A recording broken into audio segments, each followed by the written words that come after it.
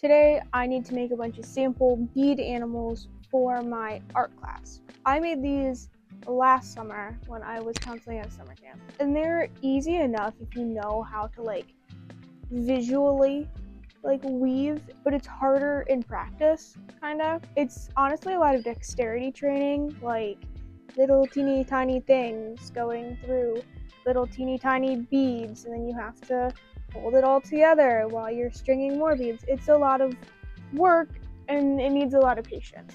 But this is an older group, so I think they'll be able to do it fine.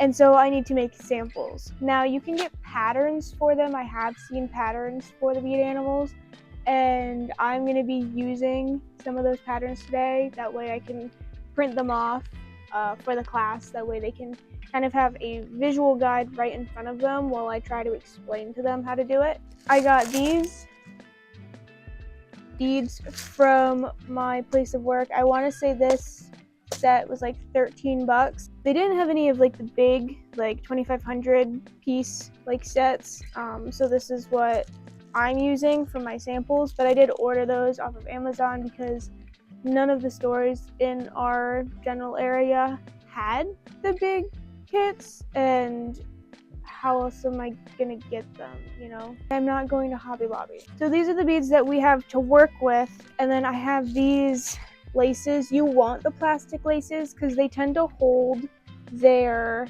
shape better for the most part.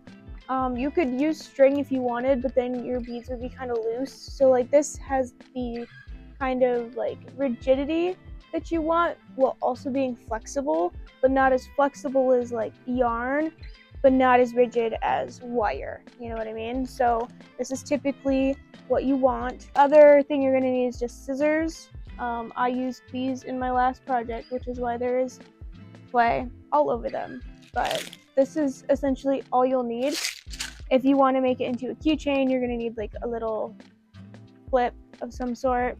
So let's go ahead and get started. Look at the squirrel. Look at him. Oh my goodness. So this is essentially what I'm thinking about. So obviously I would have a better pattern than this, but you take your string, it starts here, you go out and in and out and in and out. Do you understand? Okay. Then let's look at these. Oh my gosh, he's so cute. I love him.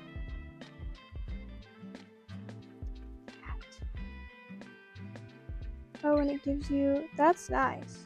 So you start here, you go 1 and 2, this goes up and out. Oh god, that's crazy.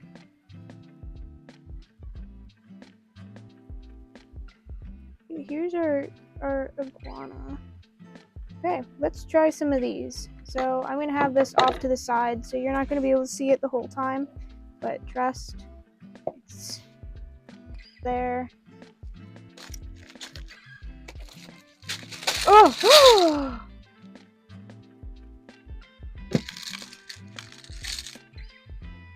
Need everybody to calm down. Since we're doing an iguana, lizard, whatever, we need 2 different colors of green. We need 20 light green, 8 dark green, and 2 black, which I don't have. So I'll probably just use purple. That's a contrasting color. So 1, 2, 3, well, hold on. Let me count based on the pattern.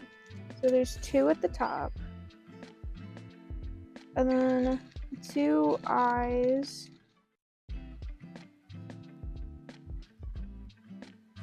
and then 2 for the neck, and then there's 2 for each foot. I don't want to run out of opaque, so I think what I'll do is I'll make some of it transparent or translucent and some of it opaque. And then after the feet, oh, there's a cat. After the feet, you get your first row of dark green, which is fine. And then you get a row of your light green again, and then another row of dark green. I'm gonna make transparent. And then don't go anywhere. And then I'm gonna have another row of feet, which is gonna be 2. Actually, this is gonna be. These 2 are gonna be opaque. The feet are gonna be trans. Alright. And then I need a dark green, a light green, dark green, now light green. Now, it's gonna look god awful, I think, because it's so. I want to change these out. I want them darker. They need to contrast more. Oof. Okay, I like that. I think I'm gonna make this one dark green as well. And then let me make these 2. We're gonna make them symmetrical. These 2 are gonna be opaque. You do. And I need one more opaque one. This is yellow. 4. Excuse my arm. Okay. There. I think that's how I want it. I think when I was at camp, she stretched it the length of her arm twice. About 5 feet. About what I'm gonna do. Oops. So this is as much as I'm gonna use. It's about 4.5 feet, maybe. You need to find the middle. Usually you just grab it and then stretch out the ends. There you go. This is the ends. This is the middle of this. And I'm gonna start with my string on because I want to. No, my boy! What did I do? I'm sorry. This is in the middle now. And we are going to bead around. You're gonna go around. You're gonna go through this. Oopsies. And both strings have to go through. Or both ends. This. And then you're going to pull all the way up to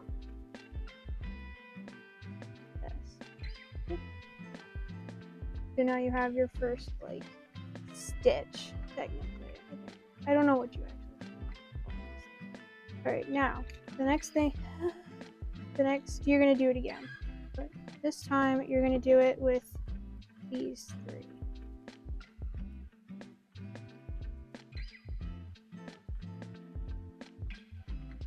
And you're just gonna pull it tight like this. Yay! The next thing we're gonna do is we're gonna go through these 2. We're going to go through these 2 and out. Okay, pay attention. You've gone through your 2 feet. Now you're going to go out and around the 1 foot and come through the ankle, essentially. Okay, that's what we're going to do.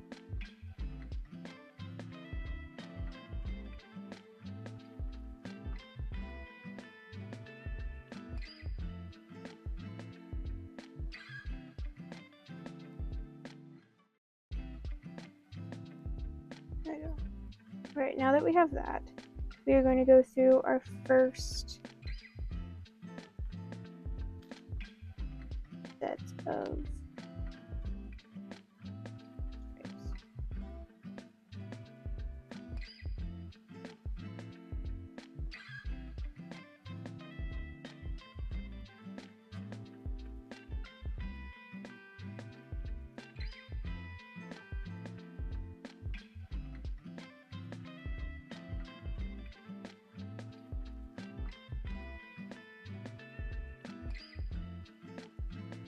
Okay, now that we're in this stage, we're going to essentially do what we just did up here, but with the feet.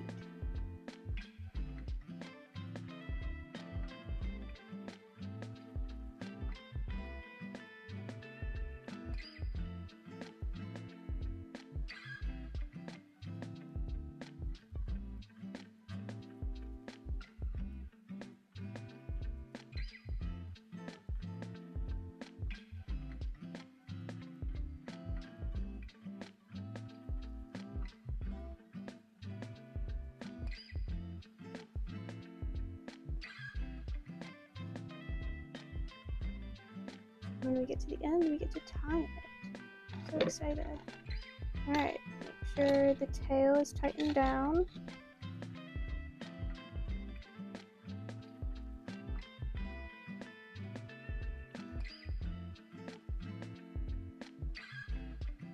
And I'm going to tie it a couple different times just to make sure that it's extra secure.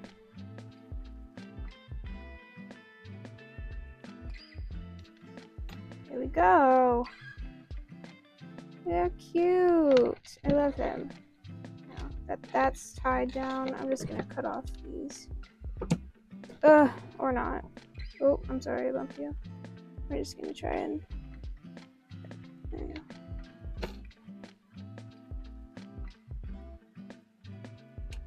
go. There we go. And you can't really do anything with these extra pieces, so I'm just gonna chuck them. But there is our guy, our boy. He looks so good. I love him. Yeah, now that we're done with one, I'm gonna go on and make a couple more, which is probably just gonna be a time lapse, because now that you have seen the basics on how to do it, I don't really think I need to talk you through how to do it again. So enjoy while I make a couple more of these.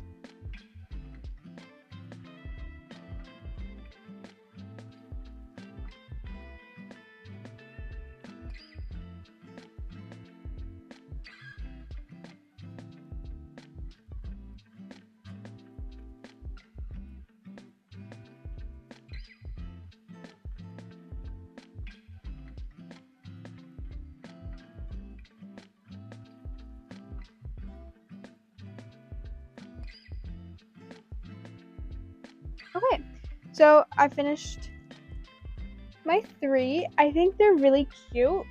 These were animals that I hadn't done before, and so it was a really interesting challenge, especially this one, because you had to skip like a whole bunch of loops and stuff to get the limbs to bend and everything, so that was interesting. But I enjoyed it. I really like the lizard. I'm not sure exactly what sort of lizard you would consider this, but he's really cute. He's really small. This is the one I just did. This is a parrot. This one was really fun too. So my mic died during the outro. So here I am, post food, what do you call that? Calorie crash out? Food coma? Here I am, post that to give you my final thoughts. The project was mostly easy, so I'm excited to show that to them and have them work on it and stuff like that. If you found this tutorial insightful, go ahead and leave a like. And if you want to see me do this again, or you want a tutorial for a specific type of bead animal, go ahead and leave a comment down below and I'll try to work on that. I had a lot of fun with this. I actually took them out to show my family, and none of them knew what the parrot was. I got rat, and I got crocodile. So, I thank you guys so much for watching, and I will see you in the next video.